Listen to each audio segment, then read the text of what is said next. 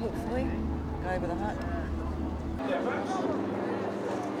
It's a shame.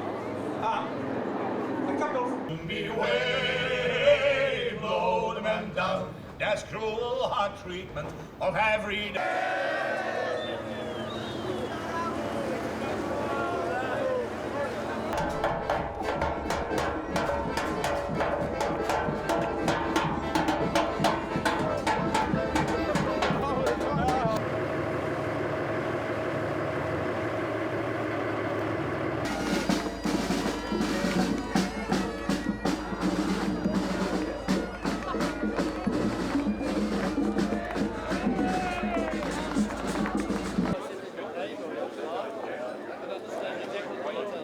I'm a sail trainer, so I'm the one at the deck, giving the ropes and learn everybody how it works sailing.